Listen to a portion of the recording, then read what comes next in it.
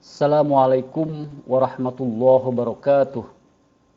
Raditu billahi robba wa bil islami dina wa bi Muhammadin nabiyya wa rasula. Rekan-rekan para mahasiswa yang saya hormati, pada perkuliahan kali ini kita akan mendiskusikan dua topik terkait dengan penelitian tindakan. Topik yang pertama adalah karakteristik penelitian tindakan, dan topik yang kedua adalah tujuan penelitian tindakan. Dua topik tersebut saling terkait karena kita bisa memahami karakteristik penelitian pendidikan dengan mencermati tujuan penelitian tindakan.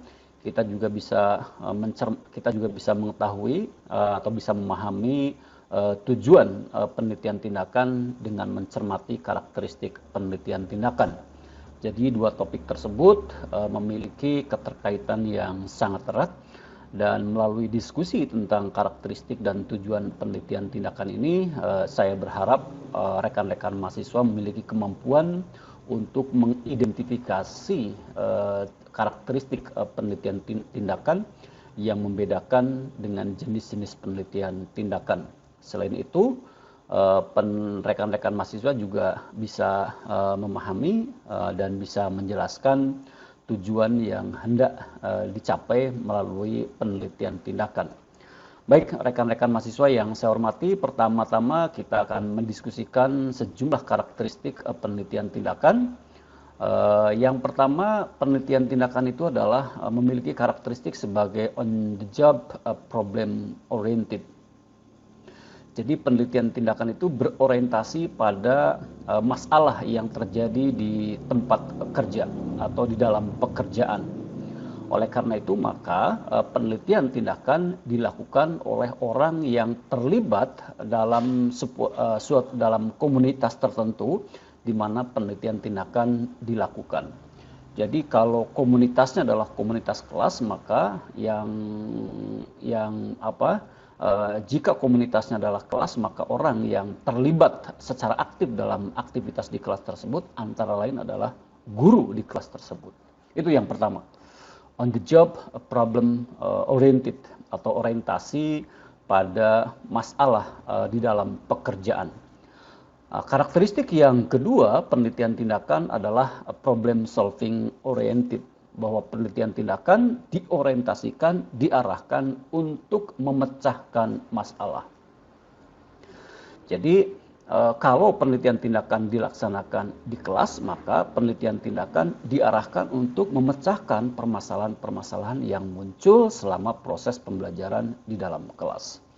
Jadi misalnya di kelas ada problem proses pembelajaran kurang efektif, ya, lalu semangat belajar peserta didik misalnya menurun, ya, lalu motivasi belajar peserta didik juga misalnya belum optimal, ya, lalu pencapaian mutu hasil pembelajaran juga tidak maksimal, atau peserta didik misalnya kurang disiplin dan seterusnya. Itu adalah permasalahan-permasalahan yang terjadi di kelas misalnya. Maka penelitian tindakan dilaksanakan untuk memecahkan masalah-masalah tersebut. Itu yang kedua. Jadi karakteristik penelitian tindakan yang kedua adalah problem solving oriented. Lalu karakteristik yang ketiga dari penelitian tindakan adalah improvement oriented. Selain diarahkan untuk memecahkan masalah, penelitian tindakan juga diorientasikan untuk meningkatkan, untuk memperbaiki, ya, untuk meningkatkan, untuk memperbaiki kondisi komunitas di mana penelitian tindakan dilaksanakan. Jadi kalau penelitian tindakan tersebut dilaksanakan di sebuah institusi pendidikan, maka penelitian tindakan diarahkan untuk meningkatkan, untuk memperbaiki aspek-aspek dalam institusi pendidikan tersebut, baik yang terkait dengan mutu, dengan karakter, ya, dengan motivasi, dengan manajemen kelas dan seterusnya. Improvement oriented.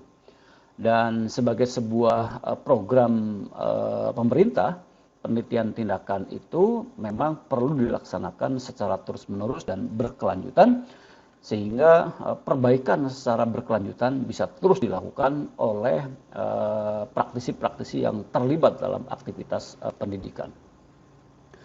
Karakteristik yang keempat adalah dari penelitian tindakan adalah cyclic atau siklus. Penelitian tindakan berbeda dengan penelitian eksperimen yang mengandalkan pada treatment dengan pengendalian yang ketat. Dalam penelitian tindakan menggunakan siklus atau cyclus. Ya. Jadi misalnya seorang peneliti setelah mempersiapkan berbagai perangkat penelitian tindakan, dia merencanakan bahwa tindakan yang akan diberikan untuk memecahkan masalah tertentu atau untuk memperbaiki atau untuk meningkatkan kondisi tertentu itu diperkirakan misalnya 2 siklus. Dia yakin berdasarkan kajian teori, berdasarkan pengalaman para peneliti yang lain dalam penelitian tindakan, dia merasa yakin dengan argumentasi yang kokoh bahwa tindakan yang dia berikan itu direncanakan bisa selesai dalam 2 siklus. Lalu dia melaksanakan tindakan dengan perangkat penelitian yang sudah disiapkan. Pada siklus pertama sudah ada aspek perencanaannya, ya, planning, acting, ya, memberikan tindakannya, kemudian observing dan reflecting. Hasil refleksi misalnya siklus pertama belum mencapai target atau kinerja yang ditetapkan, maka dia melakukan refleksi lagi untuk melanjutkan pada siklus yang kedua. Nah, pada siklus yang kedua dia melakukan Dia sudah menyiapkan perangkat penelitiannya, mulai dari perencanaannya, kemudian dilanjutkan pada acting, observing, kemudian reflecting. Ya. Lalu misalnya hasil refleksi pada siklus kedua sudah mencapai target kinerja yang ditetapkan, ya maka penelitian tindakan di komunitas tersebut dianggap selesai. Jadi ada koherensi antara rencana yang dibuat oleh peneliti, antara hipotesis tindakan yang diajukan oleh peneliti dengan hasil penelitian tindakan. Siklus biasanya berkisar antara 1, 2, atau 3. Tapi tentu saja siklus tidak boleh terlalu berlama-lama. Sebab nanti kalau misalnya lebih dari 3, itu nanti orang akan pertanyakan apakah peneliti menggunakan basis teori yang kokoh, basis pada hasil-hasil penelitian orang lain yang meyakinkan atau tidak. Jadi bisa jadi misalnya sudah 3 siklus masih belum bisa mencapai target yang diharapkan, itu diupayakan tidak dilanjutkan lagi. Mungkin peneliti kurang cermat dalam merumuskan teori dan kerangka berpikir, sehingga tindakan yang dipilihnya ternyata tidak bisa memecahkan, tidak bisa memperbaiki kondisi yang diharapkan. Itu karakteristik yang keempat, cyclist. Karakteristik yang kelima adalah action oriented, berorientasi pada tindakan. Jadi peneliti memilih tindakan, dan harus diingat bahwa tindakan yang dipilih oleh peneliti harus tindakan yang memiliki basis teori yang kokoh, yang memiliki basis pada penelitian orang lain yang sudah terbukti bahwa tindakan tersebut efektif untuk memperbaiki, untuk memecahkan masalah. Atau dalam terminologi yang lebih populer, tindakan yang diberikan haruslah tindakan yang berpengetahuan dan berkomitmen. Tindakan yang berpengetahuan adalah tindakan yang didasarkan pada kajian ilmiah, pada teori-teori, pada hasil-hasil penelitian orang lain yang sudah dilakukan sebelumnya. Bukan tindakan asal-asalan. Sebab kalau tindakan asal-asalan tanpa didasarkan pada teori, tanpa didasarkan pada pengalaman hasil penelitian orang lain, maka peneliti melakukan apa yang disebut dengan tindakan malpraktek. Ya, itu tentu saja harus dihindari. Maka action oriented, berorientasi pada tindakan sebagai salah satu karakteristik penelitian tindakan, itu harus didasarkan pada tindakan yang berbasis pada kerangka teori yang kokoh, pada hasil-hasil penelitian orang lain yang sudah membuktikan bahwa tindakan tersebut memang efektif untuk memecahkan atau untuk memperbaiki kondisi seperti yang diharapkan. Rekan-rekan para mahasiswa, karakteristik yang selanjutnya dari penelitian tindakan adalah kajian terhadap dampak tindakan. Setelah peneliti melakukan tindakan, maka fase berikutnya adalah melakukan dampak terhadap tindakan. Kalau dalam siklus kalau kita menggunakan siklus Chemist and McTaggart, itu ada tahap yang disebut dengan tahap observing, tahap pengamatan terhadap tindakan yang diberikan maupun dampak dari tindakan yang diberikan oleh peneliti dalam proses penelitian. Jadi peneliti bertugas untuk mengkaji, mengobservasi dampak dari tindakan yang diberikan. Karakteristik yang berikutnya adalah specific oriented, berorientasi lebih spesifik, berorientasi khusus. Pada diskusi sebelumnya sudah saya sampaikan bahwa setiap penelitian itu memang diarahkan untuk memiliki kegunaan tertentu. Pada umumnya kegunaan penelitian itu ada dua, ada kegunaan yang bersifat teoritis atau kegunaan yang bersifat akademik atau kegunaan yang bersifat ilmiah. Yang kedua ada kegunaan yang bersifat praktis. Nah, penelitian tindakan karena level penelitiannya adalah kondisional, situasional, kontekstual, ya, sehingga orientasinya lebih spesifik, itu penelitian tindakan lebih diarahkan untuk memperoleh manfaat atau kegunaan yang bersifat praktis, yaitu untuk memecahkan masalah, memperbaiki keadaan dan seterusnya.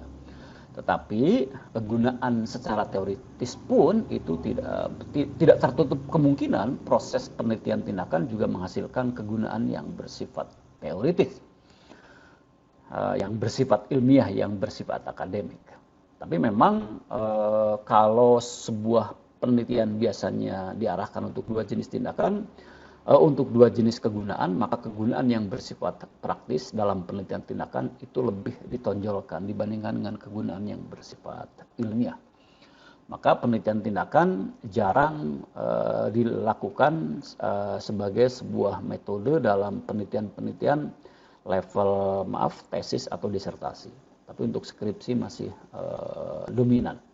Tapi untuk level tesis, apalagi disertasi, penelitian tindakan di institusi pendidikan jarang dilakukan. Rekan-rekan para mahasiswa, karakteristik yang berikutnya adalah kolaboratif and participatory. Bahwa penelitian tindakan itu memiliki karakteristik sebagai penelitian yang kolaboratif. Ada kolaborasi antar peneliti. Jadi peneliti tidak melakukan secara individu. Biasanya penelitian tindakan melibatkan setidaknya dua pihak. Satu pihak yang memberikan tindakan, biasanya kalau penelitian tindakan kelas adalah guru, dan yang kedua pihak yang menyiapkan perangkat penelitian itu adalah peneliti. Atau guru dalam saat yang sama sebagai pemberi tindakan, tapi juga yang menyiapkan perangkat penelitian, tapi dia harus meminta kolega sesama guru misalnya untuk mengamati, untuk mengobservasi selama dia memberikan tindakan dan bersama-sama melakukan refleksi terhadap tindakan yang telah diberikan. Jadi kolaboratif, harus ada kolaborasi. Ya, setidaknya ketika peneliti melakukan tindakan, ketika peneliti menyiapkan perangkat penelitian, itu dia tidak bekerja sendiri. Dia bersama-sama dengan koleganya untuk melakukan proses penelitian. Yang kedua, karakteristik dari kolaboratif and participator adalah partisipatif, terlibat. Ya. Jadi yang dimaksud dengan partisipator itu adalah seorang yang memberikan tindakan juga adalah orang yang diteliti, ya, juga subjek yang diteliti.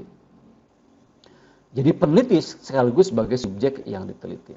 Dia memberikan tindakan, dia melakukan penelitian, tapi dia merasakan bagaimana subjek yang diteliti merasa, ya, sehingga proses penelitian tindakan itu harus dilakukan oleh orang yang memang terlibat dalam aktivitas di komunitas tertentu. Jadi kalau penelitian tindakan di sebuah kelas, tidak boleh orang lain, orang luar melakukan tindakan di kelas tersebut. Yang melakukan tindakan di kelas tersebut haruslah guru yang terlibat secara aktif di kelas tersebut. Ya, sebab kalau bukan guru yang terlibat di situ, kalau orang lain yang tiba-tiba melakukan penelitian tindakan di kelas, tiba-tiba memberikan tindakan di kelas, maka situasi kelas tidak akan otentik. Jadi otentisitas tidak akan tercapai. Siswa atau peserta didik ketika ada orang lain yang memberikan tindakan di kelasnya, mungkin dia akan menjaga citra, menjaga image, dan seterusnya. Karakteristik yang berikutnya dari penelitian tindakan adalah peneliti sekaligus sebagai praktisi. Ya, peneliti sekaligus sebagai praktisi. Jadi guru itu adalah praktisi pendidikan. Maka guru dalam melakukan tindakan, ketika dia melakukan penelitian tindakan, dia adalah peneliti tapi juga sekaligus praktisi. Tapi dia harus berkolaborasi dengan koleganya atau dengan pihak luar, dengan peneliti di luar institusinya yang menyiapkan perangkat penelitian. Jadi peneliti sekaligus sebagai praktisi, bukan peneliti murni, ya, bukan peneliti murni yang tugasnya hanya menjelaskan realitas secara sistematis, tidak. Peneliti dalam penelitian tindakan adalah praktisi yang terlibat secara aktif di komunitas di mana penelitian tindakan dilaksanakan. Nah, karakteristik yang terakhir dari penelitian tindakan dilakukan dalam beberapa siklus. Ya, dilakukan dalam beberapa siklus. Bisa 1 siklus, tapi ini jarang. Bisa 2 siklus, dan ini yang paling umum 2 siklus. Bisa juga 3 siklus, tapi yang paling umum biasanya adalah 2 atau 3 siklus. Setiap siklus itu terdiri dari tahap perencanaan, ya, planning, acting, observing, dan reflecting. Itu tahap-tahap penelitian tindakan dalam setiap siklus. Nah, rekan-rekan para mahasiswa, topik yang kedua dari diskusi kali ini adalah tujuan penelitian tindakan. Apa yang ingin dicapai dari penelitian tindakan? Apa tujuan penelitian tindakan, termasuk tujuan penelitian tindakan kelas? Yang pertama, tujuan penelitian tindakan adalah memecahkan masalah nyata. Oke, masalah nyata. Masalah nyata adalah masalah yang betul-betul terjadi. Biasanya dalam penelitian, masalah itu bisa didefinisikan sebagai masalah yang nyata, artinya ada kesenjangan antara teori dengan praktek, antara das solon dengan das sein. Masalah juga bisa bersifat curiosity atau keingintahuan peneliti, ya.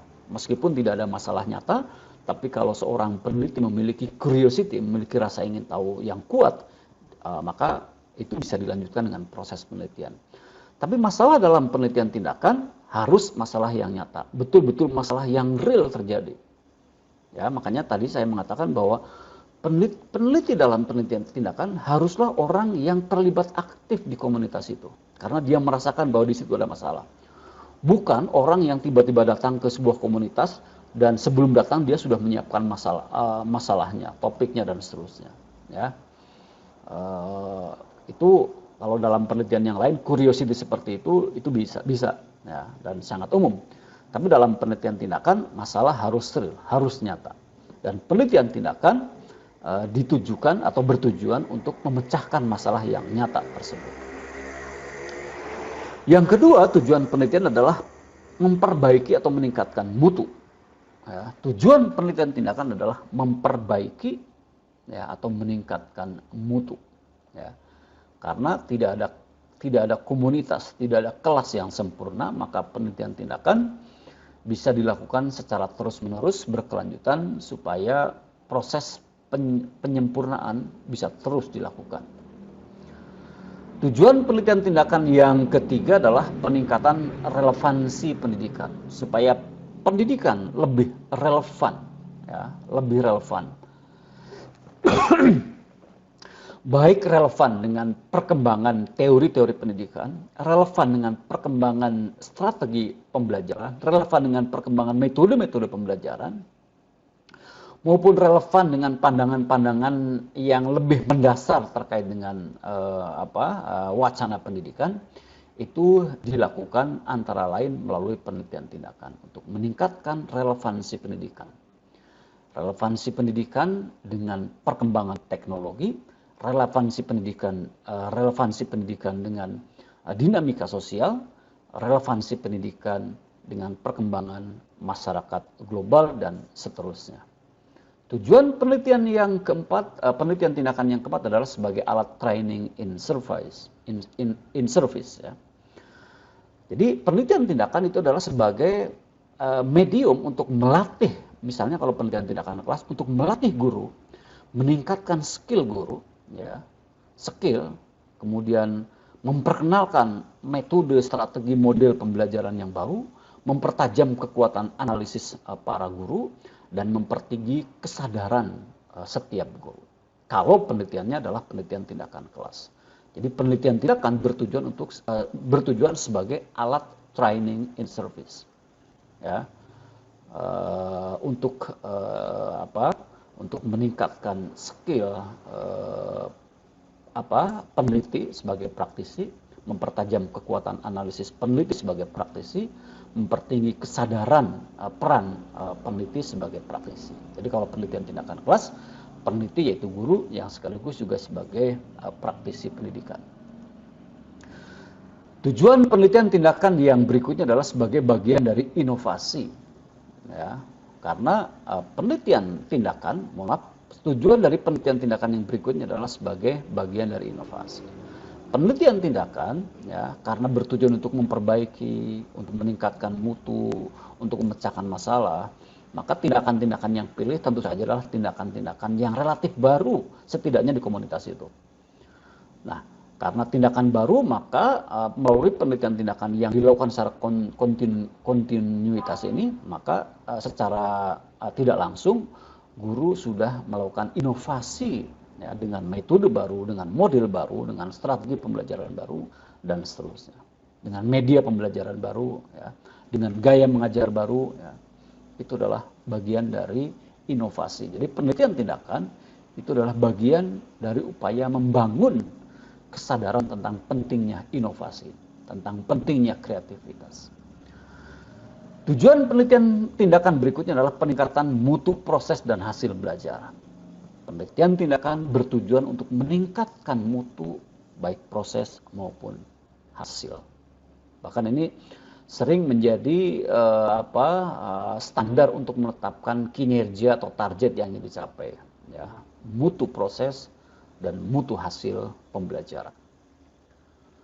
Tujuan penelitian tindakan yang berikutnya adalah meningkatkan profesionalisme.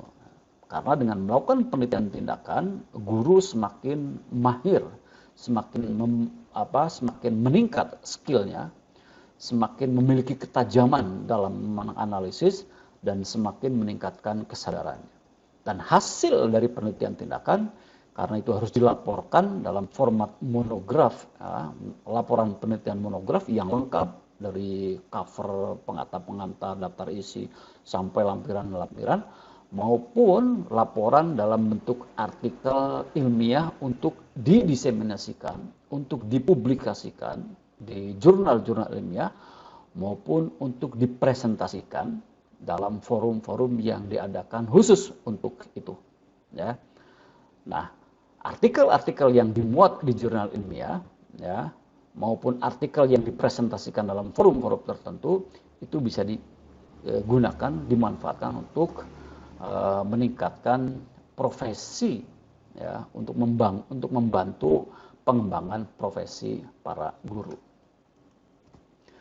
Rekan-rekan para mahasiswa, tujuan penelitian tindakan yang terakhir tentu saja adalah untuk mengembangkan budaya akademik. Ya.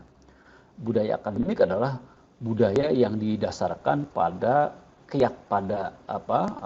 pemikiran yang rasional, yang empiris, dan sistematis.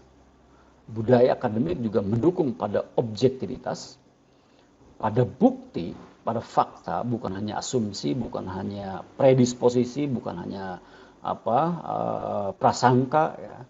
Budaya akademik adalah budaya yang didasarkan pada keyakinan bahwa salah satu cara untuk memperoleh kebenaran adalah dilakukan melalui penelitian ilmiah. Ya, percaya pada teori yang yang kalau dalam bahasa Thomas Kuhn adalah teori yang normal, ya. Teori yang normal, sains normal adalah teori yang oleh komunitas ilmuwan diakui kebenarannya, ya. Yakin, percaya pada teori-teori, tapi budaya akademik bukan hanya percaya pada teori, tapi juga bagaimana menguji apakah teori-teori tersebut masih sahih, masih valid, masih teruji atau tidak. Jadi tujuan dari penelitian tindakan yang terpenting adalah mengembangkan budaya akademik, ya, budaya yang didasarkan pada keyakinan dan kepercayaan pada rasionalitas, objektivitas, empirisme, bukti, eviden, fakta-fakta, ya, bukan budaya yang dibangun oleh prasangka, oleh asumsi, oleh predisposisi, ya, oleh informasi-informasi yang belum diverifikasi kebenarannya dan seterusnya. Itu sangat penting, apalagi dalam era kesejahteraan ini, di mana internet dan media sosial mendominasi kita. Itu berseliweran informasi-informasi yang belum terverifikasi kebenarannya, informasi-informasi yang bahkan cenderung berbau kebohongan, fitnah, ya. Maka melalui tradisi melakukan penelitian tindakan ini, kita belajar untuk melatih bagaimana menghadapi berita yang sangat masif, ya. Kita banjir berita, banjir informasi, bagaimana kita bisa menyaring suatu berita, bagaimana kita bisa memverifikasi suatu berita, bagaimana kita bisa mengecek kebenaran sebuah berita. Itu penting dilakukan oleh komunitas akademik supaya kita tidak terjebak pada tindakan ikut serta dalam penyebaran berita yang tidak benar, berita yang belum terbukti validitasnya, berita yang belum teruji kesahihannya, atau berita yang berupa fitnah. Demikianlah rekan-rekan para mahasiswa diskusi kita pada perkuliahan kali ini terkait dengan dua topik, yaitu topik karakteristik penelitian tindakan dan tujuan penelitian tindakan. Kurang lebihnya mohon maaf. Hasbunallahu wa ni'mal wakil. Assalamualaikum warahmatullahi wabarakatuh.